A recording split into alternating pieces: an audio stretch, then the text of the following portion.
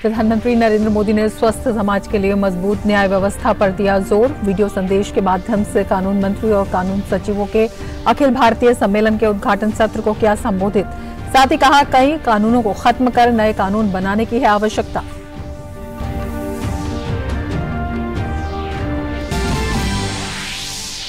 सत्रह और 18 अक्टूबर को कृषि मंत्रालय करेगा 2 दिवसीय कार्यक्रम का आयोजन। पीएम मोदी जारी करेंगे किसान सम्मान निधि की अगली किस्त। किसानों के खाते में भेजे जाएंगे 16,000 करोड़ रुपए। कृषि के स्टार्टअप सम्मेलन का होगा उद्घाटन।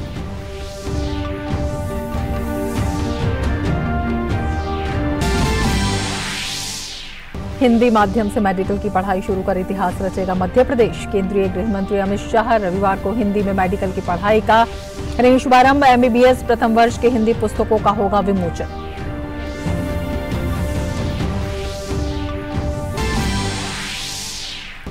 सुप्रीम कोर्ट ने जीएन साई बाबा को बरी करने के उच्च न्यायालय के फैसले पर लगाई रोक। नक्सलवाद को समर्थन के आरोपों पर गिरफ्तार किए गए थे साई बाबा।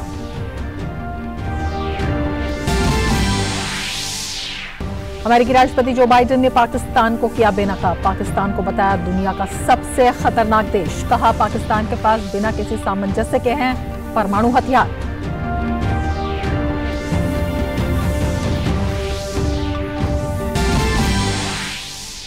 भारत की महिला क्रिकेट टीम ने श्रीलंका को हराकर 7वीं बार एशिया कप के खिताब पर किया कब्जा। भारतीय गेंदबाजों के धमाकेदार प्रदर्शन के आगे ताश के पत्तों की तरह बिखरी श्रीलंका की टीम। पीएम ने दी बधाई।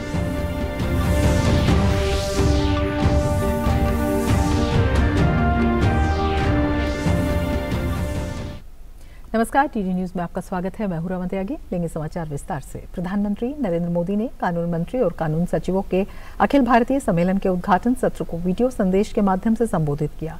सम्मेलन का उद्देश्य नीति निर्माताओं को भारतीय कानूनी और न्यायिक प्रणाली से संबंधित मुद्दों पर चर्चा करने के लिए एक साझा मंच प्रदान करना है।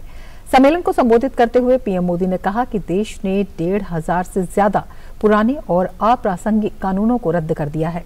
उन्होंने कहा, स्वस्थ समाज के लिए भरोसेमंद और त्वरित न्याय व्यवस्था बहुत जरूरी है।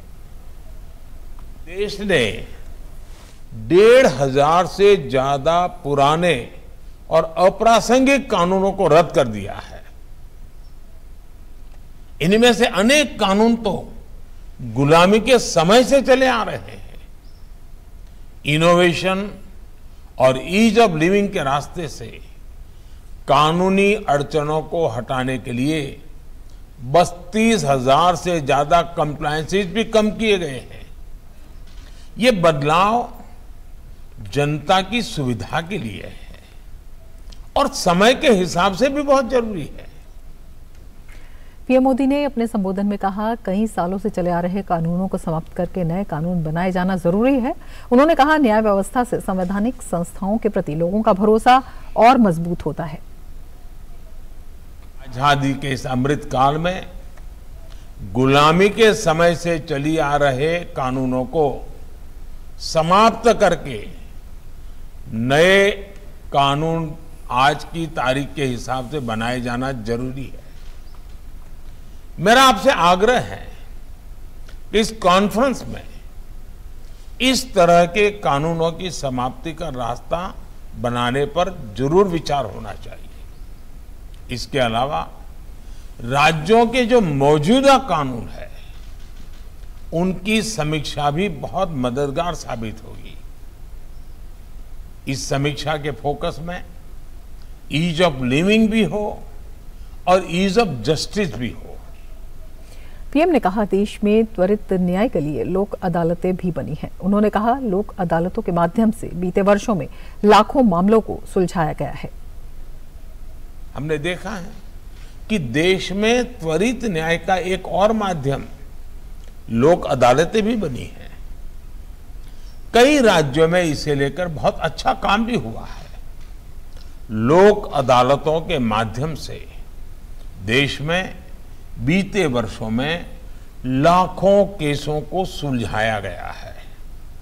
इनसे अदालतों का बोझ भी बहुत कम हुआ है और खास तौर पर गांव में रहने वाले लोगों को, गरीबों को न्याय मिलना भी बहुत आसान हुआ है। पीएम मोदी ने कहा कि भारतीय समाज ने तमाम चुनौतियों के बावजूद निरंतर प्रगति की है। पीएम मोदी ने कहा कि इस सम्मेलन के माध्यम से राज्य और केंद्र शासित प्रदेश अपनी सर्वोत्तम प्रथाओं को साझा करने, नए विचारों का आदान प्रदान करने और अपने आपसी सहयोग में सुधार करने में सक्षम होंगे।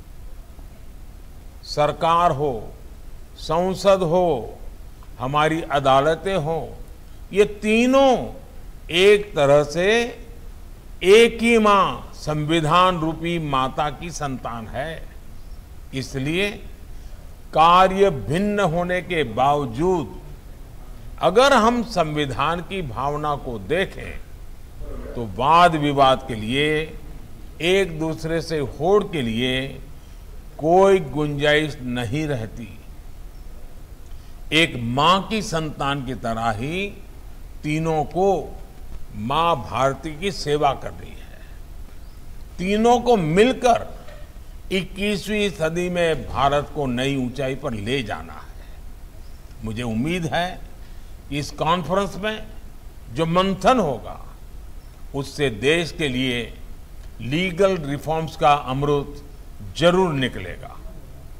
केंद्रीय कानून मंत्री किरण रिजिजू ने भी कानून मंत्री और कानून सचिवों के अखिल भारतीय सम्मेलन को संबोधित किया। कानून मंत्री ने अपने संबोधन में कहा कि मजबूत न्यायिक व्यवस्था के बिना देश आगे नहीं बढ़ सकता। उन्होंने राज्यों और न्यायिक व्यवस्था के दरमियान तालमेल पर भी जोर दिया। We all aspire to make India as a very progressive and very prosperous nation, and without a robust judicial system, a country cannot progress to the extent we desire to see our country to be. Without the cooperation and collaboration between judiciary and executive, we will not be able to translate the visions, the actions, all kind of laws passed by the parliaments and the assemblies. Now the parliament and the assemblies of India are very robust. As a large economy, India is the fastest large economy in the world. So the response from the judiciary, the matters which are in the court also should be supplementing to the need of the time. Bulletin में फिलहाल वक्त है एक break का। आप देखते रहिए TG news. अलग हैं हम, ये रफ्तार नई है, ये रफ्तार सही है, ये जज्बा नया है, खुद ब खुद बयां है। आयशर प्राइमर G3, जज्बा नया, जीत नई। ब्रेक के बाद फिर से आपका स्वागत है। प्रधानमंत्री नरेंद्र मोदी ने नई दिल्ली में वैज्ञानिक तथा औद्योगिक अनुसंधान परिषद सोसाइटी की बैठक की अध्यक्षता की। बैठक में विज्ञान एवं प्रौद्योगिकी मंत्री डॉक्टर जितेंद्र सिंह और वाणिज्य मंत्री पीयूष गोयल भी मौजूद रहे। वैज्ञानिक तथा औद्योगिक अनुसंधान परिषद सोसाइटी का गठन 2019 में किया गया था।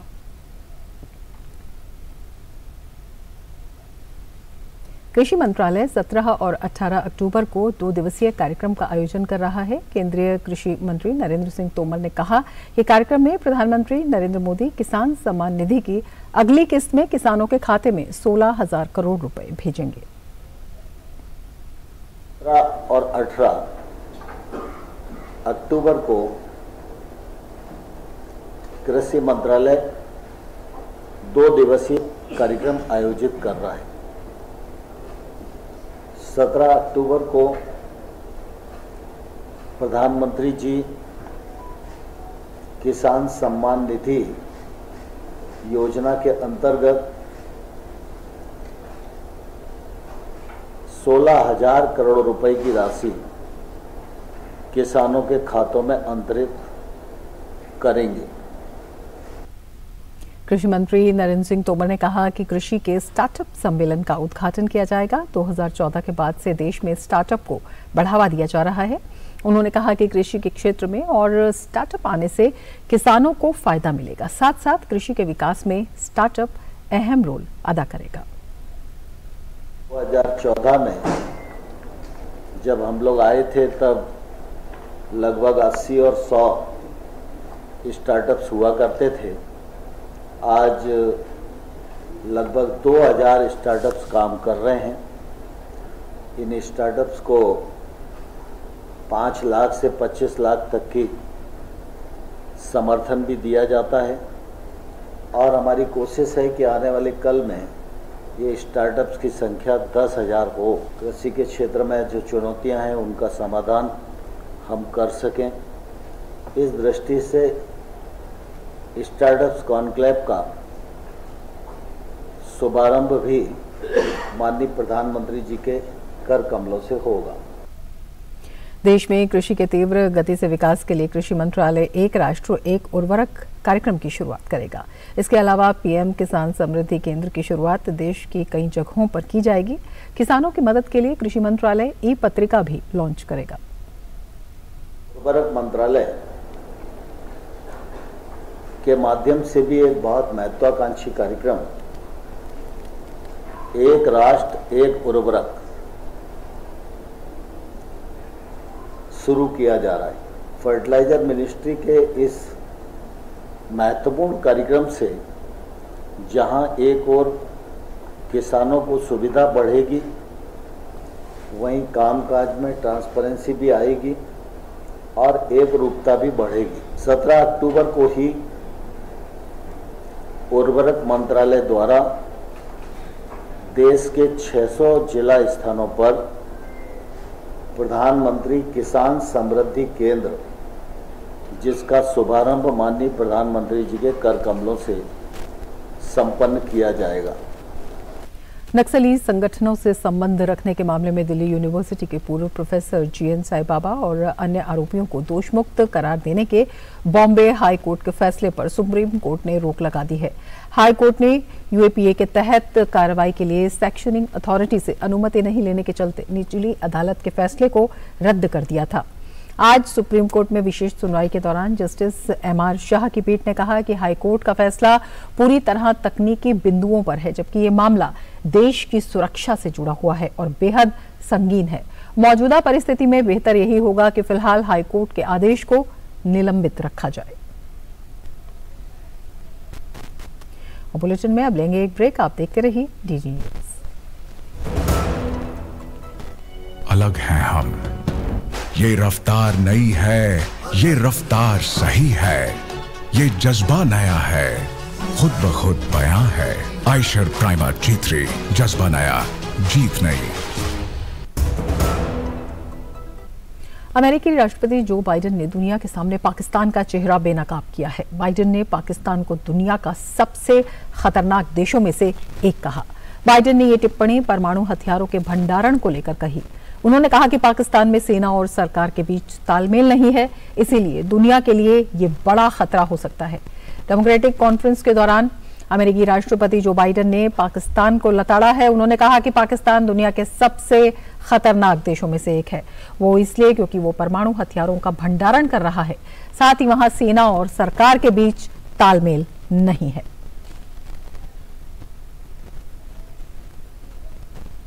आगे बढ़ते हैं। गृह मंत्री अमित शाह ने सिरमौर में 12 नवंबर 2022 को होने वाले विधानसभा चुनाव के लिए बीजेपी हिमाचल प्रदेश के कैंपेन और चुनावी गीत हिमाचल की पुकार फिर भाजपा की सरकार का भी शुभारंभ किया।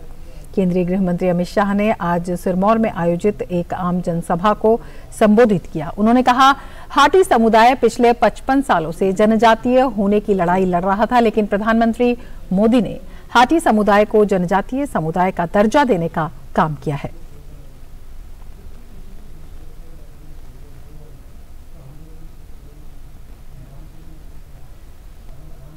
इस पहाड़ी के इस ओर एक भाई ट्राइबल नहीं है और उस ओर एक भाई ट्राइबल है। बेटी यहां से वहां जाती है तो ट्राइबल बनता है भांजा और मामा ट्राइबल नहीं होता है। ये किस प्रकार का अन्याय है और 55 साल से यह अन्याय चल रहा है, कोई सरकारों ने नहीं सुना। हाथी समुदाय को जनजाति का दर्जा देना है मित्रों, और मोदी जी की एक दृष्टि पड़ गई और आप सभी को जनजाति का दर्जा देना। केंद्रीय मंत्री अनुराग सिंह ठाकुर ने गुजरात के सुरेंद्रनगर में जनसभा को संबोधित किया। उन्होंने कांग्रेस के देश में 70 सालों के शासन को लेकर जमकर हमला बोला।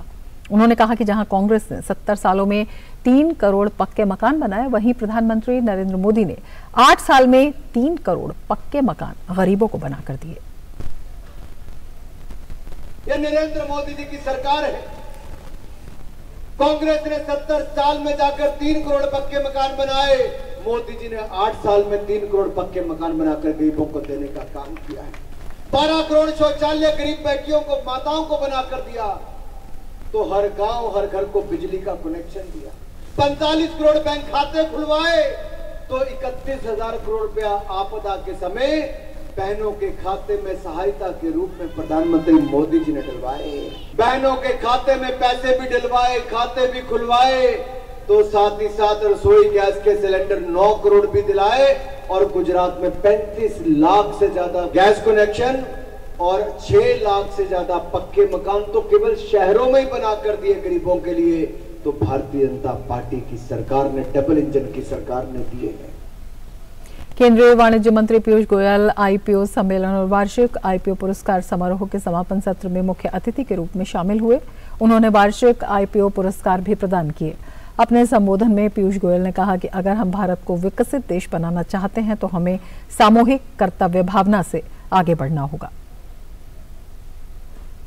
कर्तव्य भावना, यह हम सबका सामूहिक दायित्व है। It is our collective responsibility that if we want to develop country, that was the first commitment to the nation, then we are all equally a part of that journey, part of that story.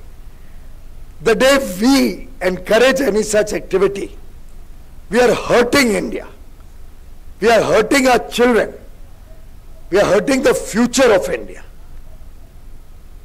Hindi में medical की पढ़ाई शुरू कर मध्य प्रदेश एक नया इतिहास रचने जा रहा है। केंद्रीय गृह एवं सहकारिता मंत्री अमित शाह कल भोपाल के लाल परेड ग्राउंड में हिंदी में मेडिकल की पढ़ाई का शुभारंभ करेंगे। इस मौके पर एमबीबीएस प्रथम वर्ष की हिंदी पुस्तकों का विमोचन भी किया जाएगा। मुख्यमंत्री शिवराज सिंह चौहान ने कहा कि प्रधानमंत्री मोदी ने राष्ट्रीय शिक्षा नीति में प्रारंभिक शिक्षा से लेकर उच्च शिक्षा तक भारतीय भाषाओं को पढ़ाई का माध्यम बनाने का ऐतिहासिक कार्य किया है। विश्व पटल पर हमारी प्रतिभाएं अपनी मातृभाषा से स्थापित हो सकें, इसी उद्देश्य से मध्य प्रदेश में चिकित्सा एवं अभियांत्रिकी की शिक्षा हिंदी माध्यम से देने की पहल की गई है। 16 अक्टूबर रविवार को देश के इतिहास में पहली बार मध्य प्रदेश वो राज्य बनने वाला है जो हिंदी में मेडिकल की पढ़ाई शुरू करेगा। हमारे यशस्वी गृह मंत्री अमित शाह जी और मुख्यमंत्री शिवराज सिंह चौहान जी के कर कमलों से हम हिंदी की पढ़ाई शुरू करवा रहे हैं। हमारी जो हिंदी की किताबें हैं उनका विमोचन होगा। मेडिकल की फर्स्ट ईयर की देश के यशस्वी प्रधानमंत्री नरेंद्र मोदी जी के आह्वान पर मध्य प्रदेश की सरकार ने ये एक बड़ा काम किया है और आज़ादी के अमृत महोत्सव पर मध्य प्रदेश सरकार का ये देश के हिंदी भाषी छात्रों को एक बड़ी सौगात है। जम्मू कश्मीर के शोपियां जिले में शनिवार को एक कश्मीरी पंडित की गोली मारकर हत्या कर दी गई। कश्मीरी पंडित की पहचान पूरन किशन भट्ट के रूप में हुई है। आतंकियों के द्वारा गोली मारने के बाद उन्हें तुरंत अस्पताल में भर्ती कराया गया, जहां चिकित्सकों ने पूरन किशन भट्ट को मृत घोषित कर दिया। इलाकों को वहां पर खाली करा लिया गया है और हत्यारों की तलाश की जा रही है। घटना की जिम्मेदारी आतंकी संगठन कश्मीर फ्रीडम फाइटर्स ने ली है। उपराज्यपाल मनोज सिन्हा ने हत्या की निंदा की।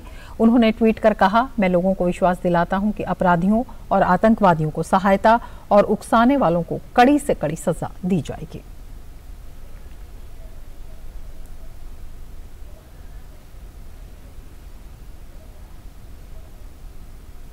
और बुलेटिन में अब लेंगे एक ब्रेक। आप देखते रहिए डीडी न्यूज। पैसाबाजार.com पर लोएस्ट इंटरेस्ट रेट वाला लोन भी है और मैक्सिमम लोन अमाउंट वाला भी। ये सब और बहुत सारे लोन ऑप्शंस मिलेंगे सिर्फ पैसाबाजार.com पर। अलग हैं हम, ये रफ्तार नई है, ये रफ्तार सही है, ये जज्बा नया है, खुद ब खुद बयां है। आयशर प्राइमर G3, जज्बा नया, जीत नई। नवरात्रि का खास नृत्य डांडिया की धूम सिर्फ भारत में ही नहीं बल्कि बाहर भी देखने को मिलती है। शुक्रवार को कुछ ऐसा ही नजारा बांग्लादेश में देखने को मिला। राजधानी ढाका में भारतीय समुदाय ने डांडिया उत्सव का आयोजन किया। ढाका में आयोजित इस कार्यक्रम में बड़ी संख्या में भारतीय समुदाय के सदस्यों ने भाग लिया।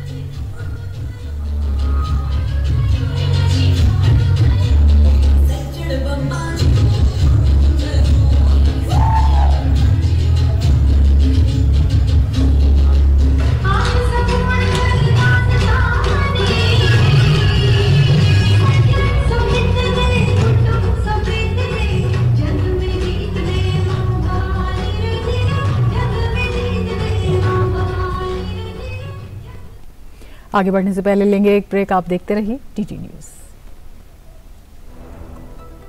अलग है हम, ये रफ्तार नई है, ये रफ्तार सही है, ये जज्बा नया है, खुद ब खुद बयां है।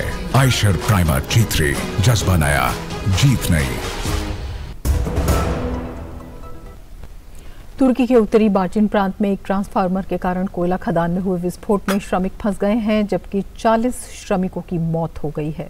तुर्की के आपदा प्रबंधन प्राधिकरण ने कहा कि विस्फोट कोयला खदान में एक ट्रांसफार्मर के कारण हुआ, जिसका स्वामित्व राज्य के तुर्की हार्ड कोल एंटरप्राइजेस के पास है। विस्फोट खदान के प्रवेश द्वार से 300 मीटर नीचे हुआ। खदान में घायल हुए लोगों को एम्बुलेंस से अस्पताल में ले जाया गया।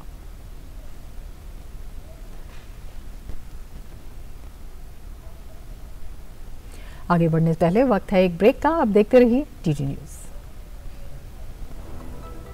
अलग है हम, ये रफ्तार नई है, ये रफ्तार सही है, ये जज्बा नया है, खुद ब खुद बयां है।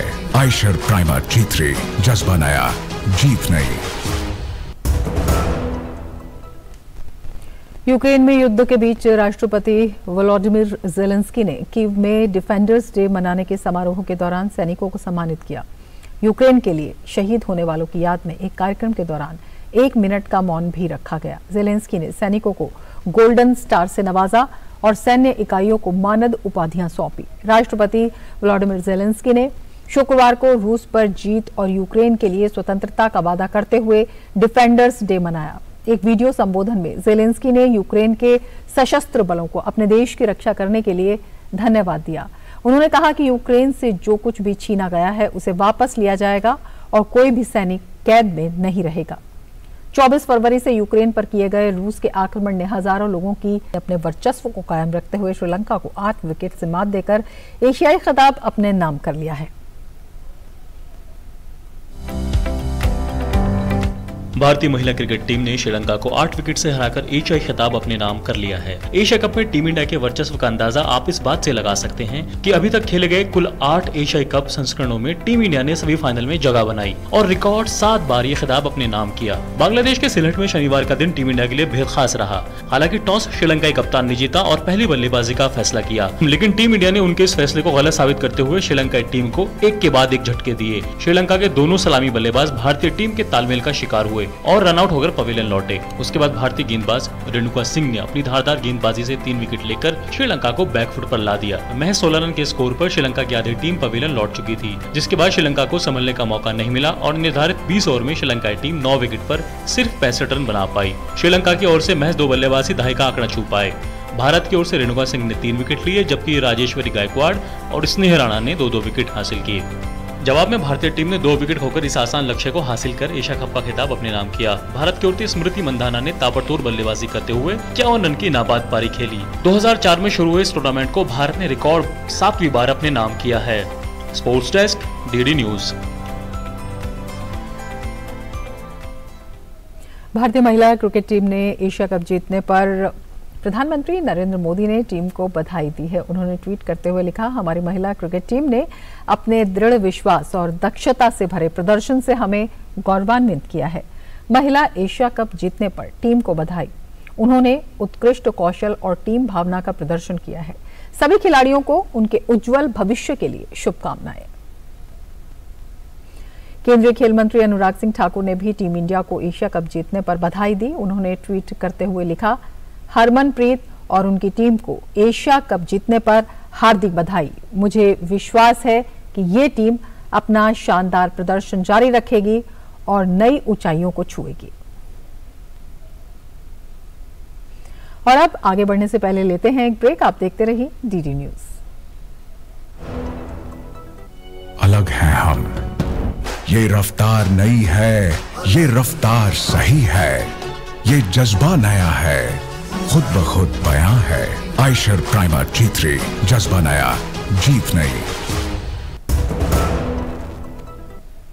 भाजपा अध्यक्ष जेपी नड्डा ने दिल्ली के पूर्व मुख्यमंत्री मदन लाल खुराना की जयंती के अवसर पर आयोजित कार्यक्रम में हिस्सा लिया। जेपी नड्डा ने पूर्व भाजपा नेता को श्रद्धांजलि अर्पित की।